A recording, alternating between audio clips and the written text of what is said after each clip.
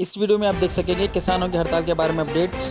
नारायणपेट में आए जलजले, कुतुब मीनार की मस्जिद पर बुक हुआ केस, पूजा की मांगी गई इजाज़त, एलपीजी सिलेंडर की रेट में हुआ इजाफा, टॉस एसएससी इंटरमीडिएट एडमिशन्स का हुआ आगाज़, हैदराबाद से शिकागो के लिए डायरेक्ट फ्लाइट्स, बहुत जल्द होगा लोक अदालत का आगाज़, नई पार्लियामेंट का संग बुनियाद, कोविड वैक्सीन के बारे में update, chief justice of India की वालदा को मिला 2.5 करोड़ का धोखा, यूनिसेफ का बयान, हज एप्लीकेशन दाखिल करने की आज लास्ट डेट, अकबर अवैसी का बयान, वक्फ बोर्ड की हुई मीटिंग और हुकूमत की जानिब से दिए जाएंगे 10,000 रुपये। तो इन तमाम तफसीलात को देखने के लिए हमारी इस वीडियो को लास्ट तक जरूर देखिए, वीडियो को लाइक शेयर कीजिए और हमारे इस यूट्यूब चैनल को सब्सक्राइब जरूर कीजिए ताकि ऐसी ही मालूमाती वीडियो आइंदा भी आपको मिलती रहे। तो आइए देखते हैं इस वीडियो में क्या है ताज़ा तरीन आज के अपडेट्स।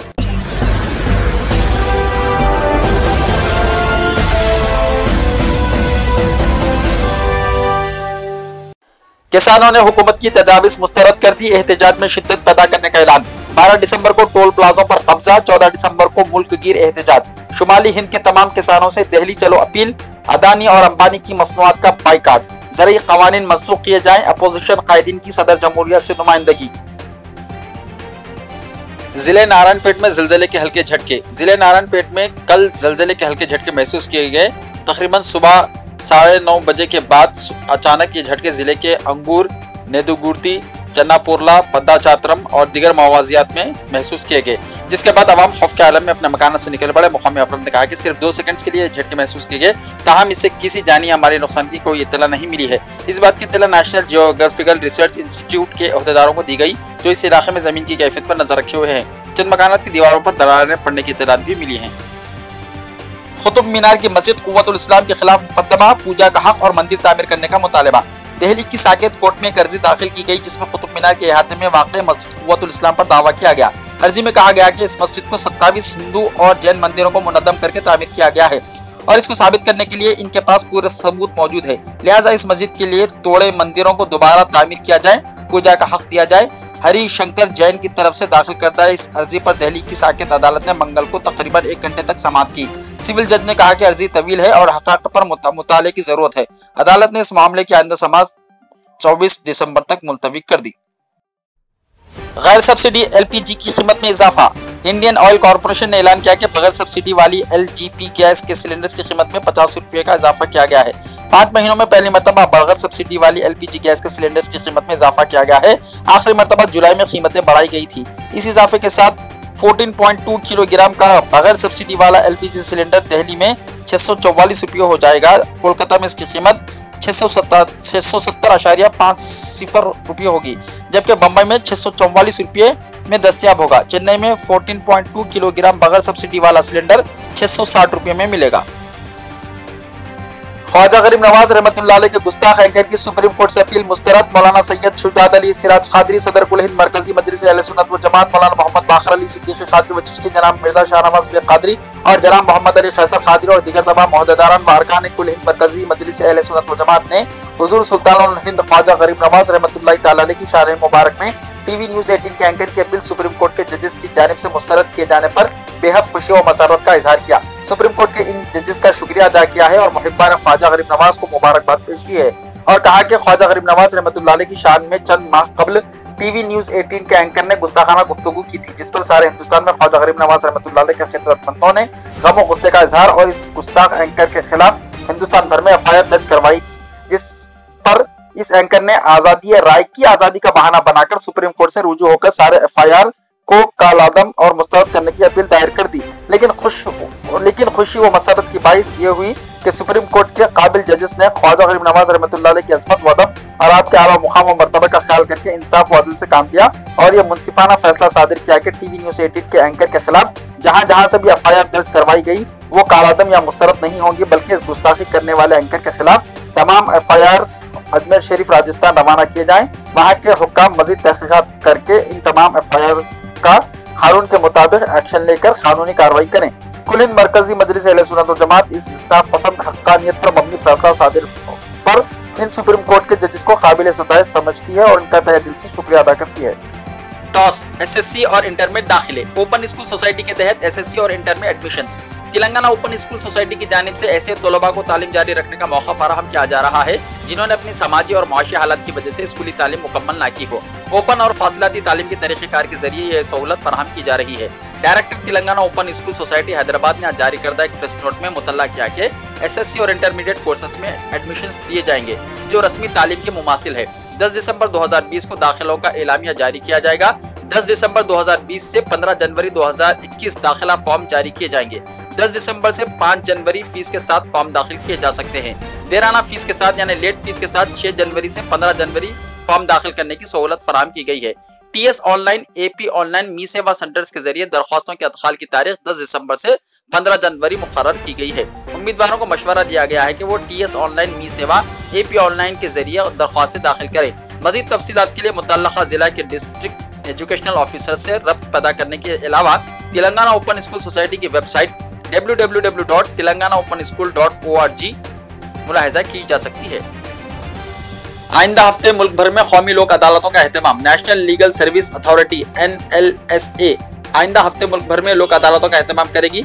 नेशनल लोक अदालतें तमाम सतहों सुप्रीम कोर्ट से लेकर ताल्लुका कोर्ट तक मुनक़िद की जाएंगी ताकि तमाम दीवानी और काबिली जुर्माना फौजदारी मामलात का तस्फिया किया जा सके। इसके हिस्से के तौर पर कौमी लोक अदालतों का मुल्क की तमाम अदालतों में इसी दिन एहतमाम किया जाएगा। Telangana state legal service authority के रुकने सेक्रेटरी जी अनुपमा चक्रवर्ती ने बात बताई। इस लोक अदालत में बगैर किसी मसारिफ या फीस की खिदमत अंजाम दी जाएंगी। कोर्ट की फीस अगर जेर इल्तिवा है तो लोक अदालत में मामले की तस्फिया पर इसको वापस कर दिया जाएगा और लोक अदालत की जानिब से चुनाए गए फैसलों पर कोई अपील दायर नहीं की जा सकती। अवाम से दरख्वास्त है कि वो लोक अदालत के मेकानिज्म से इस्तेफादा करें ताकि इनके तमाम जेर इल्तिवा मामलात की यकसुई की जा सके। ये अदालतें 12 दिसंबर को होंगी। मोदी आज नई पार्लियामेंट के लिए संग बुनियाद रखेंगे। वजीर आजम नरेंद्र मोदी जुमेरात को संसद मार्ग दिल्ली में पार्लियामेंट की नई इमारत की तामीर के लिए संग बुनियाद रखेंगे। ये नई इमारत आत्मनिर्भर भारत नजरिए का हिस्सा है। नई पार्लियामेंट की तामीर 2022 में जो आजादी की 75वीं सालगिरह का साल होगा मुकम्मल हो जाएगी। गरीब ममालिक की 90% आबादी वैक्सीन से महरूम रहेगी। अमीर ममालिक जखीरा कर रहे हैं आलमी तंजीम। एक नई रिपोर्ट में पता चला है कि दर्जनों गरीब ममालिक की 90% आबादी आइंदा साल कोरोना वायरस वैक्सीन से इस्तेफादा नहीं कर सकेगी क्योंकि अमीर ममालिक ने बेशतर सप्लाई हासिल कर ली है। चीफ जस्टिस ऑफ इंडिया की वालदा 2.5 करोड़ रुपए धोखाधड़ी का शिकार। सुप्रीम कोर्ट के चीफ जस्टिस शरद बाबुड़े की वालदा धोखाधड़ी का शिकार हो गई। उन्हें 2.5 करोड़ रुपए का धोखा दिया गया। पुलिस ने 4 शंबे को बताया कि इस सिलसिले में ताबिश घोष नामी एक शख्स के खिलाफ मंगल की रात को एक एफआईआर दर्ज करते हुए गिरफ्तार कर लिया गया। तफसीलात के बमौजब नागपुर के करीब आकाशवाणी स्क्वायर पर बाबुड़े खानदान की पुश्तैनी जायदाद मौजूद है जिसके कानूनी मालिक चीफ जस्टिस की वालदा मुक्ता बाबुड़े है। इस जायदाद को एक शख्स घोष को किराए पर दिया गया जिस पर घोष गुज़िश्ता 10 बसों से सीजन लॉन चला रहे थे। पुलिस के बमौजब घोष और इसकी अहलिया इस जायदाद की निगरानी भी करते हैं। ज़ईफ़ी के बायस मुक्ता बाबुड़े को घोष ने इस जायदाद के किराए की तफसीलात से वाकिफ नहीं थी। घोष ने मरासायद में उलटफेर करते हुए मजमूई तौर पर 2.5 करोड़ रुपए की धोखाधड़ी का शिकार बनाया। ये धोखाधड़ी कई बरसों से जारी है। ताहम इसका इल्म इस वक्त हुआ जब बाबुड़े खानदान पुलिस से रुजू हुआ। नागपुर पुलिस ने इस सिलसिले में तहकीकात करते हुए करोड़ों रुपए की धोखाधड़ी का पता चलाया। दहली फसाद में नमाजियों के खून में डूबी फारूकिया मस्जिद बर्जपुरी आबाद। मस्जिद और मदरसे की तामीर मुकम्मल। इफ्तिताही तकरीब में मस्जिद की तामीर नौ पर खुशी का इजहार। कोविड के बावजूद स्कूलों को खोलने की यूनिसेफ की अपील। जबरन बंदिश के सबब आलमी तालीमी बहरान पैदा हो गया। मुश्किल हालात में इंसानियत की खिदमत पर अल्लाह का बेहतरीन अजर व सवाब। Akbar Owaisi free health camps के डॉक्टर्स और स्टाफ को तहनीत। कायदे मजलिस का खिताब। मसाजिद और दरगाहों के लिए 23 इंतजामी कमेटियों की तश्कील। वक्फ बोर्ड का इजलास। मौकूफा जायदादों की रजिस्ट्रेशन की मनसूखी के इक़दाम। तेलंगाना स्टेट वक्फ बोर्ड का इजलास कल सदर नशीन मोहम्मद सलीम की सदारत में हज हाउस नामपल्ली में मुनक्किद हुआ। मोहम्मद सलीम ने कहा कि इजलास के दौरान जुमला 77 एजेंटों पर तबादला ख्याल किया गया जो रियासत तेलंगाना में वक्फ जायदादों की तरक्की और तहफ़्फ़ुज़ से मुताल्लिक़ थे। मसाजिद और दरगाहों के लिए 23 इंतजामी कमेटियां तश्कील दी गईं। 6 मुतवल्लियों के तकर्रुरात किए गए। इन्होंने मजीद बताया कि इजलास के दौरान वक्फ जायदादों को तरक्की देने के उमूर में भी तबादला ख्याल किया गया ताकि वक्फ बोर्ड की आमदनी में इजाफा किया जा सके।